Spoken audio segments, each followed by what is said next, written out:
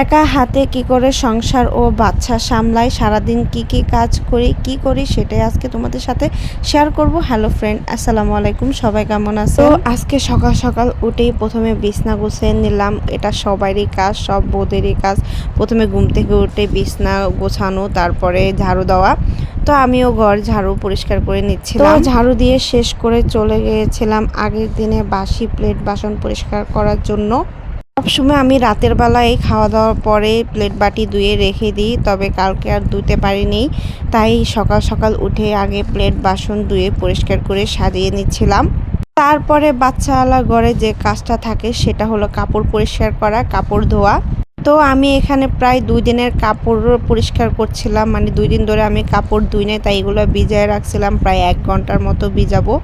এর ঘরে বাচ্চা আছে, তারাই জানে 2 দিন কাপড় জমালে কতগুলা কাপড় হয়, মানে কতগুলা যে একদিন করে অপরিষ্কার করে তারা হিসাব নাই। যে এখানে আমার প্রায় 2-3 বালতি কাপড় জমছে, আমি এগুলা পরিষ্কার করছিলাম।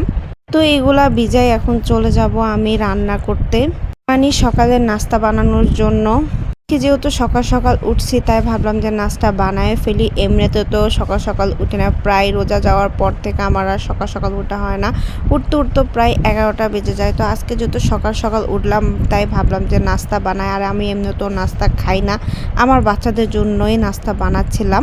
যাই হোক, প্রথমে আমি 2টা পরোটা বানায় ফেলছিলাম। তারপরে এখানে আমি 2টা ডিম ভাজি করছিলাম। একটা ছিল দেশি মুরগির ডিম, আরেকটা ছিল পোলট্রি মুরগির ডিম। যাই হোক, এখানে আমার নাস্তা রেডি।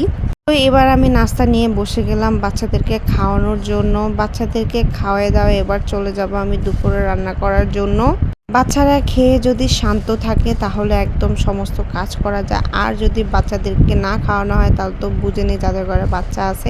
যাই হোক, এবার আমি চলে গেলাম ফ্রিজ থেকে তরকারি বের করার জন্য। আজকে মূলত রান্না করব আমি কলা দিয়ে, রুই মাছ দিয়ে, আর এখানে নিয়ে নিয়েছিলাম বাচ্চাদের জন্য পাঙ্গাস মাছ, ওদেরকে ভাজি করে দেব। পাঙ্গাস মাছ আমি আর আমার হাজব্যান্ড দুজনে খাই না, শুধু আমার বাচ্চাদের জন্য কিনা হয়। আর এটা আমি কিনি নেই, এটা আমার আম্মু পাঠাইছিল ওদের জন্য। অনেক দিন ধরে পাঙ্গাস মাছ কিনা হচ্ছে না, কেমন যেন আমার ঘৃণা লাগে। আর বাচ্চাদের জন্য পাঙ্গাস মাছ খাওয়া কিন্তু অনেক ভালো, সেজন্য মাঝে মধ্যে আমি কিনে ওদেরকে খাওয়াই, যেহেতু কাটা নাই। তো কথা বলতে বলতে এদিকে কিন্তু আমার কলা কুটা শেষ, আমি পানিতে ভিজায় রাখছিলাম কলা। তারপরে এখানে আমি যেহেতু কুমড়া ভাজি করব তাই কুমড়াও কেটে নিচ্ছিলাম ছোট ছোট পিস করে, ভাজির সাইজে যেহেতু ভাজি করব। তারপরে এখানে পেঁয়াজ, টমেটো, কাঁচামরিচ সব কিছু আমি কুটে নিচ্ছিলাম। রান্না করার সময় যদি সব কিছু কাটাকুটি ধুয়ে একদম পরিষ্কার করে একবারই বসা যায় তাহলে আর কোনো পেরেশানি থাকে না, সুন্দর মতো রান্নাই করা যায়। আমি এখন মাছগুলো ভালো করে পরিষ্কার করে নিব। এখানে ছিল পাঙ্গাস মাছ আর রুই মাছ, একসাথে আমি পরিষ্কার করে ধুয়ে নিচ্ছিলাম। আমি এখানে প্রায় 2-3 বার করে পানি চেঞ্জ করে ধুয়ে নিচ্ছিলাম। এখানে কলাও পরিষ্কার করে নিচ্ছিলাম, সব তরকারি আমি ভালো করে পরিষ্কার করে নিচ্ছিলাম।